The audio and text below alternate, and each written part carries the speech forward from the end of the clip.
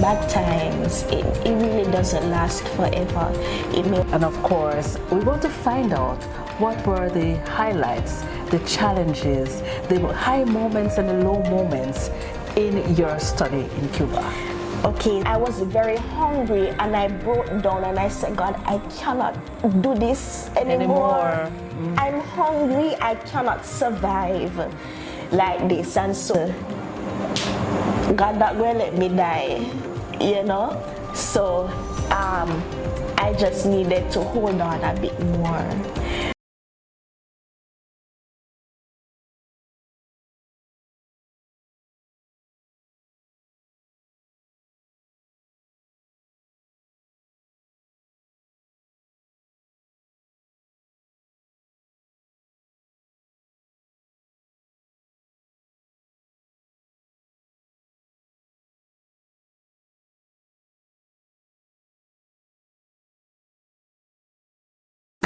Welcome to another episode of Sensational Sunday. I'm your girl Elise, and as usual, what do I say? I'm excited, I'm thrilled to be in your space, in your place. How have you been doing? Well, I hope you have been doing fabulous, amazing, and sensational. Now, today is an extremely special day, and we have an extremely special guest today with us. Joining us is Dr. Jamilah Brown. She is a recently qualified physician who completed her training in Cuba, and we are elated to have her join us on this episode of Sensational Sunday. Welcome, Dr. Brown. Thank you. It's a pleasure to be here. I must admit that I am familiar with speaking with her and saying Jamilah or Yes. Jamie. But you know, put a little respect on it. But now I am saying Dr. Jamilah Brown, and I say it with a tremendous amount of respect, and also I am filled with pride, good pride. I'm happy to be sitting here with someone who I've known for many, many years. And the first question I must throw at you, Jamilah, is why medicine? And you have been focused on this dream for as long as I've known you.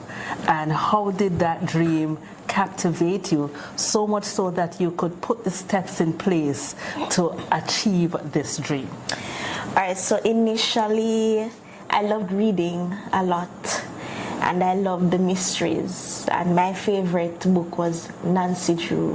Right? Yes. So I loved reading Nancy Drew. So initially I actually wanted to become a forensic scientist. Yes. But I mean, people might say it's a bit morbid, but I also liked going to funerals and stuff like that. Okay then. And so like I wanted to incorporate, you know, Nancy Drew was a detective and stuff like that. Yes. And I wanted to incorporate my love for mysteries.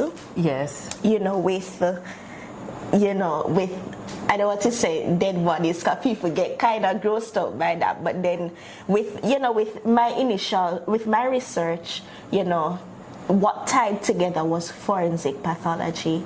And it is a branch of medicine that I really wanted to go into because of my love for that. Yes. But when my mother passed away, when my mother got ill, and when she passed away, you know, that is what she knew. You know, that is what she died with, knowing that is what I wanted to do. You know, so it really motivated me to, you know, put my best foot forward and to, you know, go in it. You know,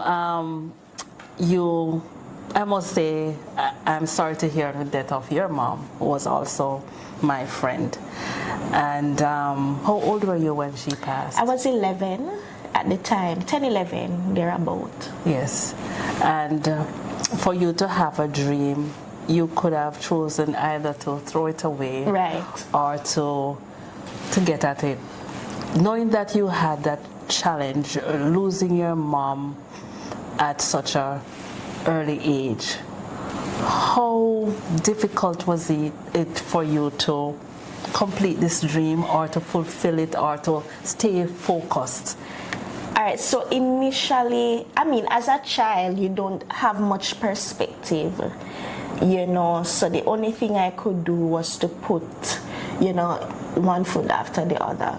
I knew what I wanted, right, and I knew that my life changed in a particular way. Mm-hmm. So I know I couldn't be free like every other child, my father could do so much and no more. Yes. But I know that the majority of the effort I would have to put out.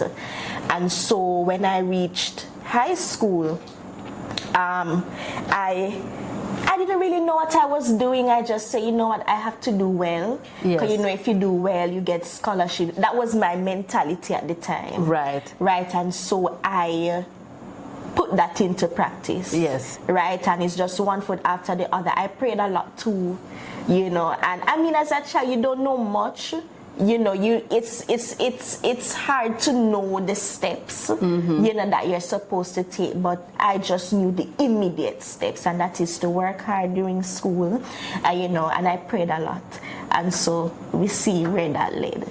And of course, I must say congratulations, not just to you, but to the support system that you had in place. Definitely. Just speak to us about that support system and how important that system is for your foundation. Right. Looking back now. I'm kind of iffy when I speak about, persons who have had an impact on my life, because I really don't want to leave anybody out, but in a general sense, first of all, my daddy, who has always been there, right? And I mean, he takes care of us, and he'd carry us to school every morning, and we even got, my sister and I, we got never late, never absent for 5 years. That is something so he did that. He ensured that we stayed on, on the path that we were supposed to stay, and also our church family, my church family was very integral. They were a good support system as well as other families, other friends, so it was a whole lot, and of course there was God. You can't leave him out, right? Can't leave him out at all. Yes, so definitely. And I have to pause and say big up daddy, because so many times we hear stories of fathers, and even Father's Day, it's not such a celebrated time as it is Mother's Day. Just putting it out there. It's true. And when a father would have been able, even coping with his own grief, and be able to see you through, never leaving you. Remember, they were never late, never absent for 5 years, right? And that, I can imagine, was no easy feat. Getting girls ready. Girls who have to do this and that and whatever else.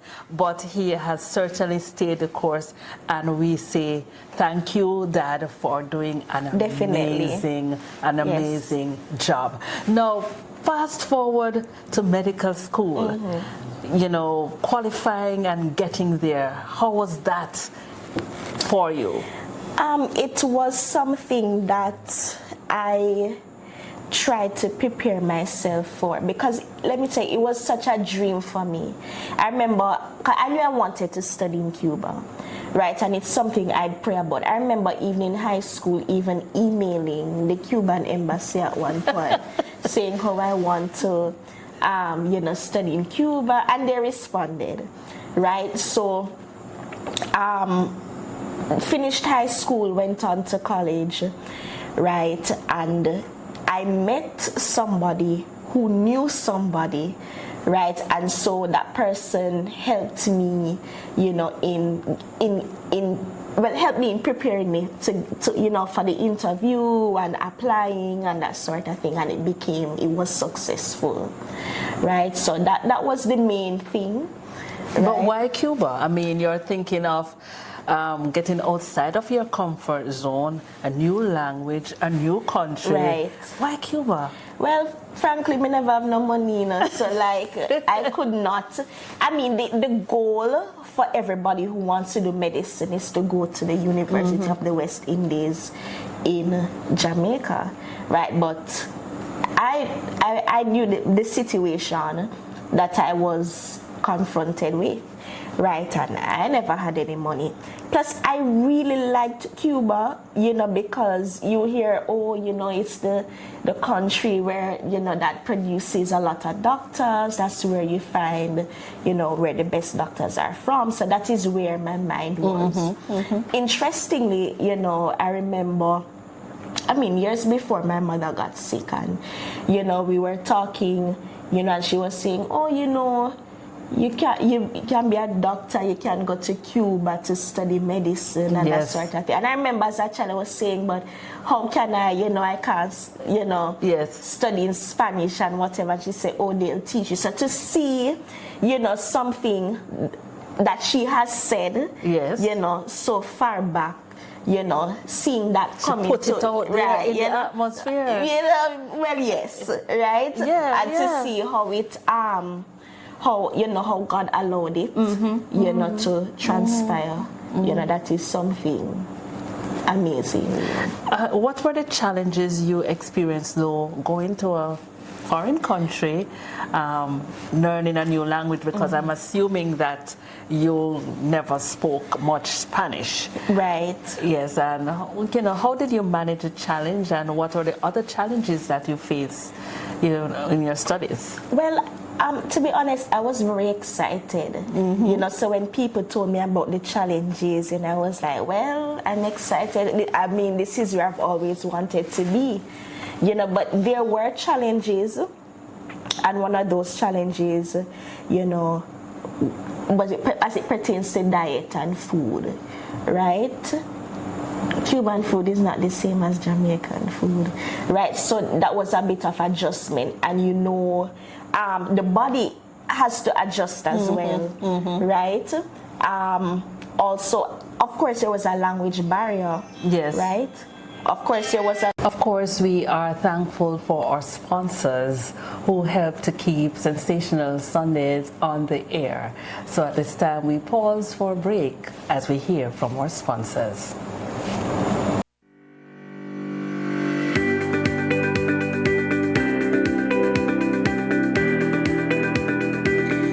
When you need ultrasound that's safe and effective, you must visit Asai Ultrasound Imaging. They're conveniently located at number 4 Chestnut Center, Smith Road, Georgetown, Cayman Islands. With experienced technologists with over 20 years experience, their friendly staff will make you comfortable while you get your procedure done. Asai Ultrasound Imaging is open Mondays to Fridays, 9 a.m. to 5 p.m. and 9 a.m. to 1 p.m. on Saturdays. Call Asai Ultrasound Imaging 345-949-2454 or 345-938-3426. That's 345-949-2454 or 345-938-3426.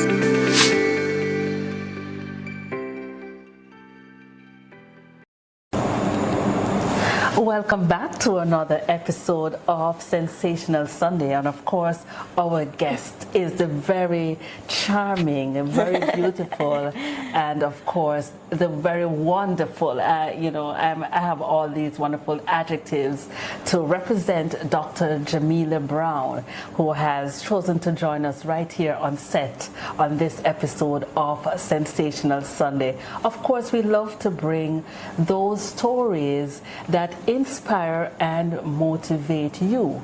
Now, Dr. Brown didn't have things easy all the way. It wasn't like cotton candy.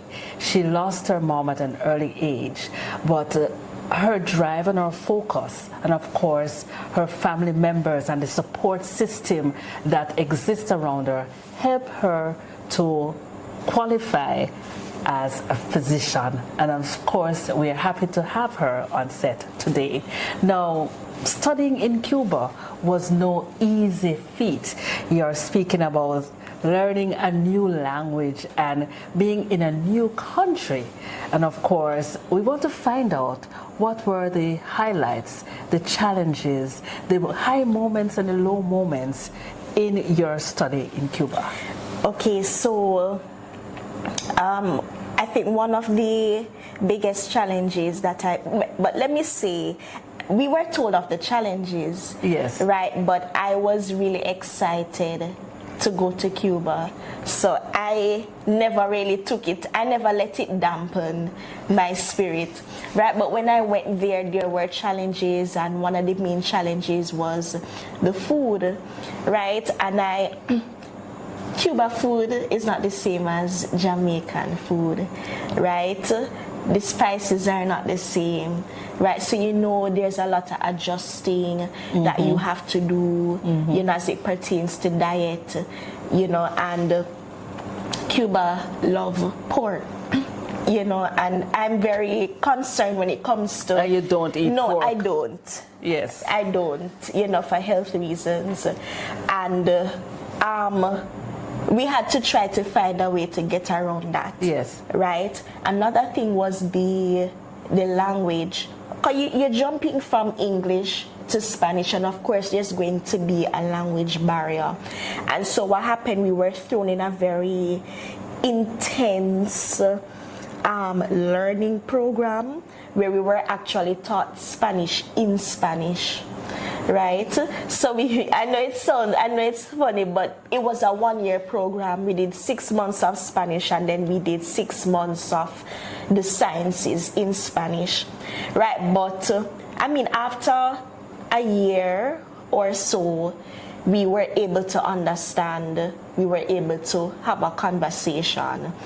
And oftentimes I say that, for example, a person who knows English will come to Jamaica, right, and they don't understand what we're talking about. It's the same thing, in Cuba, because Cubans have their own slangs and that sort of thing. So when you learn in school, you actually have to go out, right, and interact with the Cubans so that you can get, And one of the most important things too, there were so many students, right, from different nationalities. Yes.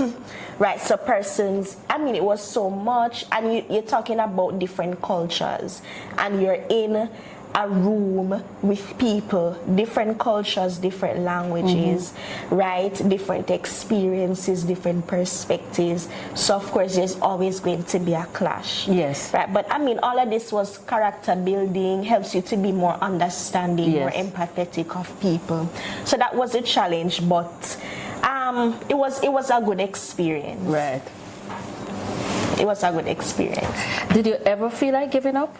I'm listening to and I'm wondering if there was ever a moment where you felt like, I could just pack my bag and be done with this, Yeah, definitely. I thought things were manageable. Yes. Right, for a time. But when COVID hit, because Cuba was already a struggling it was going through it was already going through socioeconomic problems when COVID hit, right? Things got worse. Yeah. Right, and we're talking about food shortages. We're talking about you're used to a certain amount of food. When you go to the cafeteria, because borders are closed, you can't go out to buy food or anything of that sort. You find out you go to the canteen or the cafeteria, right, the food is rationed. Yes. Right, and so you eat and you're still hungry, right? And when because we stay in Havana for 3 years, and they move us to the different provinces. And Havana is like luxury compared to the other provinces. And so when we went to the other provinces where we were decentralized there, you know, it got really bad, right?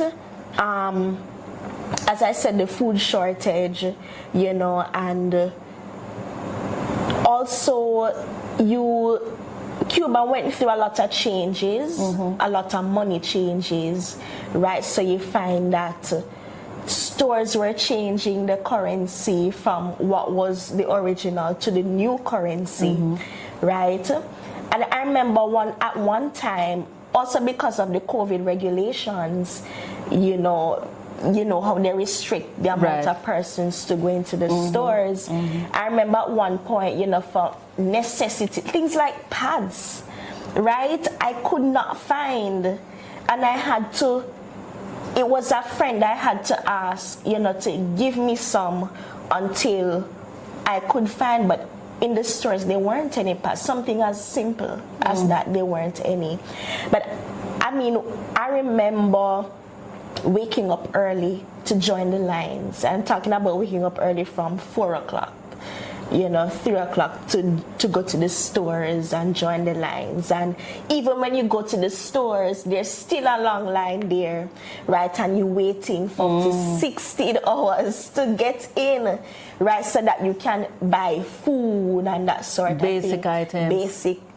Basic items. I mean, I look back and I laugh, right? And I even say to my friends, sometimes I miss, you know, that aspect of life, right? But in that moment, that was a rough time. I remember calling Daddy and saying to him, I want to go home. And him say, all right, come. Right? But of course, I stayed, right? Because he said that, I just laughed and I said, sure, whatever.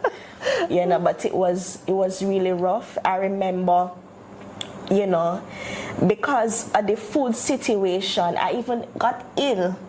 You know, I remember walking up the stairs and I said, I feel so tired, right? And so I told the consultant that I'd like to go home to rest because I feel very tired. And she said, well, do a blood test. So when I did a blood test, you know, it was really low. My hemoglobin was really low, you know, and the school wanted, I had to do a blood transfusion because it was nearing of my time to go home, and they said they didn't want me to fly with such low, you know, blood levels, and that was as a result of not getting enough food, enough nutrients. Yes. Right. So it was rough. It was really. What would you say? What brought you through those very low moments? Was it a song or something that you recall that kept you in those moments when it's so low? You know, whenever I tell people about Cuba, I always say that I met God again, right? Because, look, like you can have the money, because I had the money, but there just wasn't any food to buy, right? And I met God as a friend this time. I mean, I was out. I thought I was going crazy. I used to have emotional breakdowns, crying and that sort of thing, you know, but I never stopped talking to God, right? I tell him, I curse him, I talk to him and that sort of thing, and, you know, he didn't turn me away or anything of that sort. I never felt guilty for expressing myself. You know, I remember one time, you know, and I mean, he came up in different ways. I mean, one way that the only way I could have seen him was through the provision of food. That is all that mattered to me. God, I need some food. And that, you know, that's the only way I could have seen the hands of God, and he provided that. So I remember, I mean, I don't, as I said, I don't eat pork, right? But I remember, you know, going to the cafeteria and they'll give me extra food, and it had pork, and I said, God, thank you for it, and I ate it, right? And I saw that as God providing for me, because it's not like he's going to let chicken drop down from the sky. It's just the situation that I was in, and God used those workers who worked in the cafeteria to give me extra food that could have, you know. But I remember a particular point where going to the cafeteria, I didn't like and the food isn't so good. I remember after couldn't finish the food and I was very hungry and I broke down and I said, God, I cannot do this anymore. I'm hungry, I cannot survive like this. And so I remembered a favor that I did for a friend, and he was auto finance, and auto finance students, they pay for the medicine, the programs, so they have a separate cafeteria for themselves. So I remember I did a favor for a friend, but he lived off campus, and I said, all right, let me call him, and I asked him if he can allow me to take his food since he lives off campus, and I ate good food for 3 months, right? So I mean, things like that in the simplest form of, food is a basic necessity. You need